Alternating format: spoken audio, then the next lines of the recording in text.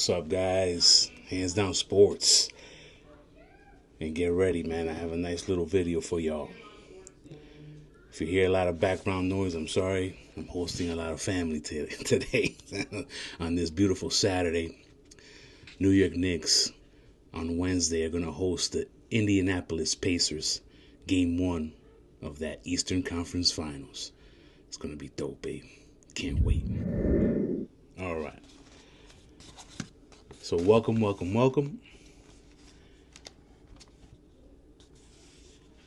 Hit me up with a like, a subscribe. You know what I mean? Hit the notification bell. Appreciate y'all. I want to talk about today's Yankees Mets game. You know, the Subway Series, which is always a classic. You know, love baseball for doing stuff like this.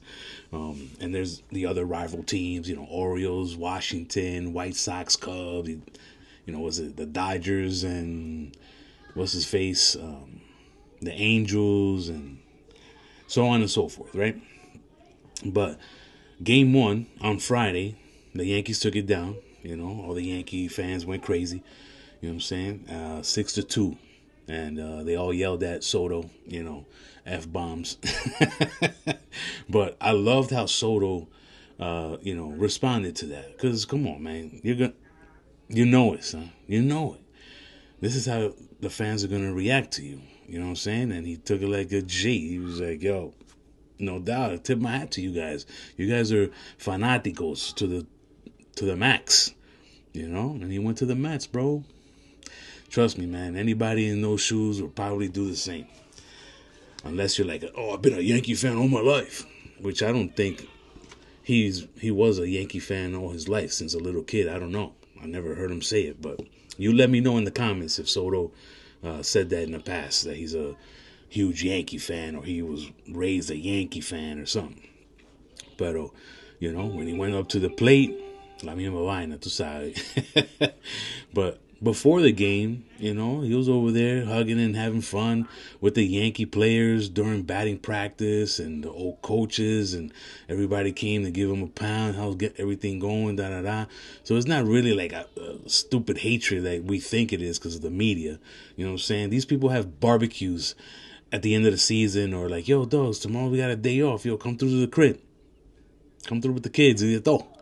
That's how these people act, son. The people that are playing the game, the coaches and all that. You know what I'm saying? In front of the camera, they might, you know, do it just to spice things up, you know, because we need ratings. NBA knows all about that, right? But Game 2 today, I don't know if you guys watched it. I mean, those that have the Yes Network, I just want to mention a few things. And this is, I'm a big fan of what went on. So the commentators were talking about that fly ball that Lindor hit where Acuna scored basically the winning run for the Mets, right? Dominguez, you know, Jason with the 2 S's, plays left field, and Cody Bellinger is playing center field, right? Who's having a good year for the Yankees, man. I really like what I'm seeing over there, man, because, you know, this dude has an MVP in his career. He won the World Series with the Dodgers, I think 2020 or something like that. He was a Rookie of the Year. Manny Ramirez even said that this guy right here is a superstar. I remember him talking about Bellinger, saying, you know, giving him props when he was in the Dodgers, right? So the way Bellinger caught that fly ball to throw out Acuna, who was at third, who is a speedy guy. So it was going to be difficult to get him out anyways. But I like how the commentators broke it down, saying, like, because Dominguez was too close, Bellinger couldn't really set himself up to throw that ball down the line. You know what I mean? Like, to the catcher on point. And what I liked was when the Yes Network focused on the club, not the clubhouse, because everybody was going into the clubhouse. The bullpen was basically, you know, not the bullpen, the dugout, son, the dugout. You don't say nah, look. I watched baseball all my life.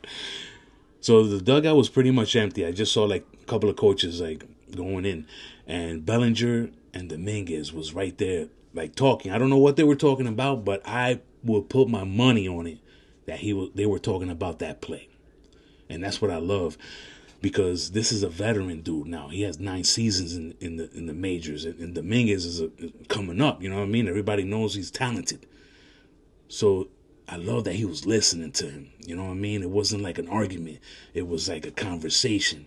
So if it happens in the future, they know how to handle it and be in the position to try to get a runner out from third, tagging. You know what I mean? And that's the difference between winners and losers, babe. That's why the Yankees be winning and the Colorado Rockies be losing. You feel me? All right, my G. Now, I was mentioning that to my friends who are diehard Yankee fans, and they ripped a hole through my chest. I will never speak to them again. You guys know who you are, my New York people. I love y'all, son. You know? But anyways, the Mets won 3-2. Diaz struck out Judge. I mean, at the end of the game, to at least tie the game in the bottom of the ninth, the Yankees have their best player. I mean, the best player in the majors. You know, Aaron Judge. And he struck him out with a high heat. He should have never swung, which even the commentators of Yes Network was like, man, that's kind of weird that he swung at that. He normally doesn't do that because he's very disciplined at the plate. That's why this guy is such an amazing player, both sides of the field. Now, all I got to say is tomorrow's Game 3 of the Subway Series. I think the Yankees are going to win that game. But I love that the Mets and the Yankees are one of the top teams, at least top 10 overall. And this could be the World Series too, man. You know what I'm saying? Just because the Dodgers loaded up and they have all these superstars and Mookie Betts and all them. And Ohtani, the batter, the gambler. Matter of fact, Ohtani, the gambler. Ya tú sabes, loco. You know, it doesn't mean nothing. In the playoffs, dog, you got to bring it, son. You know, just like the Knicks. The Knicks eliminated the Celtics, and I believe they have eliminated them the most out of any other franchise to be eliminated by one team in the playoffs. We have a record for that. I want to thank my boy Rich for that information. Y'all really appreciate it, dog. I didn't even know that. You know, but I know that the Knicks have played the Celtics in the playoffs, you know, many times, of course, because they're in the same division, same Eastern Conference, but the Celtics have the 18-19 chips. The Lakers got the 17-18 chips, and we only got 2, son. But we're going to get 3. We're going to get our 3rd one this year. We're going to put a statue of Brunson out in front of Madison Square Garden. And I don't care. I'll sign the petition for that one, G. Because that dude right there, he was the one that was like, I'm going to New York. My dad's a coach there. And you know, dog, he got that New York in him, babe. For real, son. Pause if you are thinking that way, yo. Anyways. My Blue Jays today defeated the Detroit Tigers, and we had to do a comeback on them too, but it was a really nice game. I like games like this, man, where there's good pitching, good defense, you know, and then some crucial hits. Now, Detroit is the best team in the major leagues with their record as we speak right now, dogs. So Detroit was up 1-0. The Blue Jays tied them like in the 7th or 8th inning. And then in the 9th inning, they won the game. So it was a great win for them because, you know, the Blue Jays, you know, they're nice, but they're definitely not showing to me that they can make that step to face the Yankees and, you know, Cleveland and stuff like that are up there to make it to the World Series. Like, we know, son. They're just, you know, they'll make the playoffs, but, you know, I don't got too much confidence right now with that squad, but you never know. Some things can change, my G, and that's what, you know, so sports is all about, man. And I got a message for Colorado and all those teams that are doing bad. The Pittsburghs, I'm dying to see the Pittsburgh Pirates do good, man. You know what I'm saying?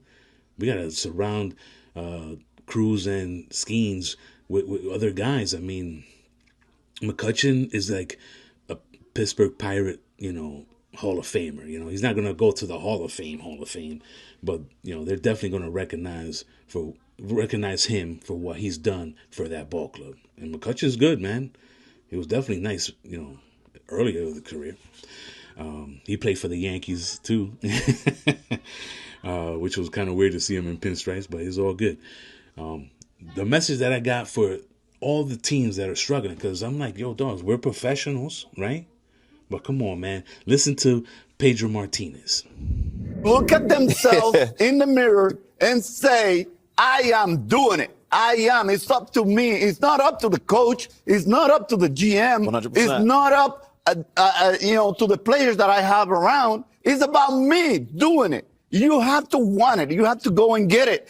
Nobody's going to give you anything. If these guys are not mature enough to understand that they need to go and get it, grab it, and force it yourself to make it happen, it's not going to happen. You don't need a psychologist around you trying to guide you towards some of the things. No, you need to go and grab it. Those relievers need to go. You need to have the heart. They're big leaguers. There's no other choice but to go forward. They need to do those things. That's what they need to do. Look at themselves in the mirror, look at the stuff they have, and go make it happen. They're just big leaguers like any other.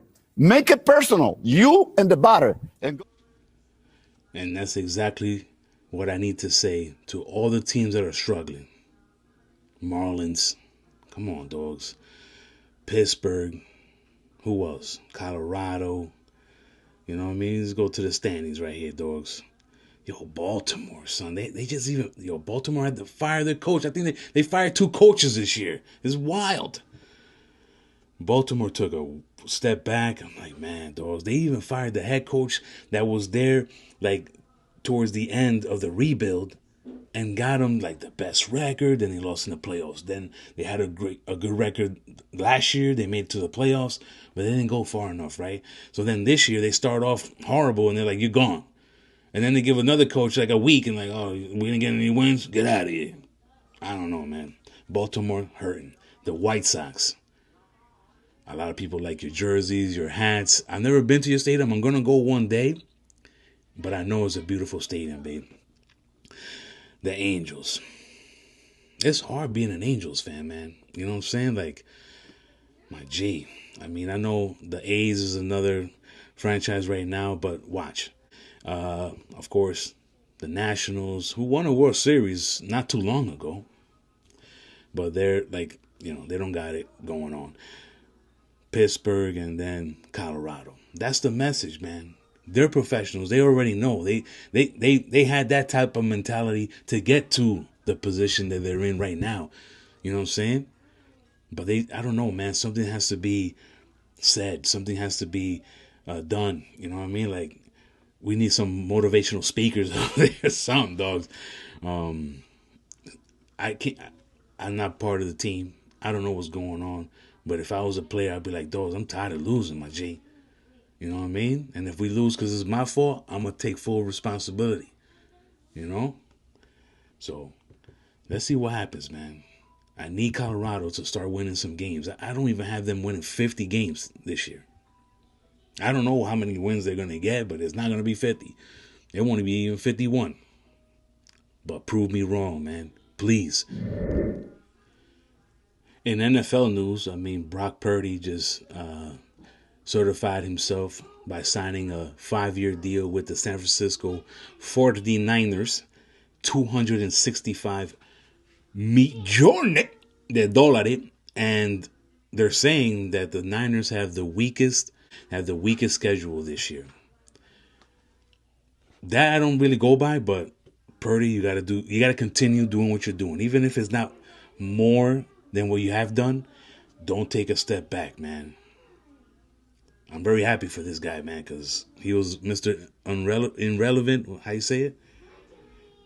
Chosen as the last person in the draft. You know what I mean? He might have a message for Bronny one day and be like, yo, me and you in the draft, we was at the end, dogs. Nobody believed in us. But he took his opportunity and made something of it. I mean, he made it to the Super Bowl, dog. I mean, I know the Niners as a unit was dumb nice that time, but what do you expect from your third string quarterback? The Super Bowl? Yo, Brock Purdy, congratulations, my G. I'm really happy for you, man. That was pretty dope. Let me see here. Now, what I want to talk about is, let me put the volume down here, is this right here that you're looking at. The apparent flagrant foul that Caitlin Clark did to Angel Reese. To me, I just think it was a hard foul, so she doesn't score at all. because she was wide open for like a layup.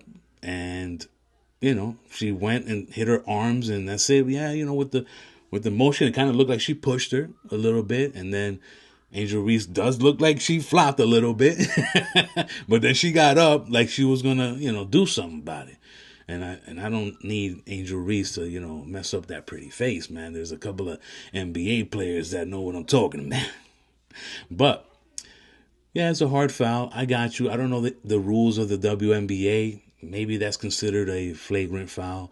I know if the guys did that, that's nothing. You know what I mean? She didn't really do anything to kind of like really injure her or end her career, right? So I don't know what that was all about, but it's game 1 of the season, which I was wrong about the other day. The Liberty, when they beat the Connecticut Suns, it was a preseason. They only played 2 preseason games. Weird. But anyways, Clayton Clark's team, which I don't even know what it is until I look it up here. Clayton Clark plays for the Fever, and the Fever is from Indiana. We shouldn't be, cheering for these teams. But Clayton Clark is pretty much the face of WNBA. She is a straight shooter. Don't let her shoot from anywhere. She's doing some Steph Curry stuff. Good for her. And she had a triple-double today, my dude. What can you say, man? She's the type of person that an athlete that I like. Yes, I know that there's ball players out there that talk the talk and walk the walk. She's just walking the walk, man. She don't talk nothing. She ain't saying nothing. She's like, my performance speaks for itself. And I respect that, man. For real. That's pretty dope. But as you can see in this, clip, man, I'm like, flagrant? For real?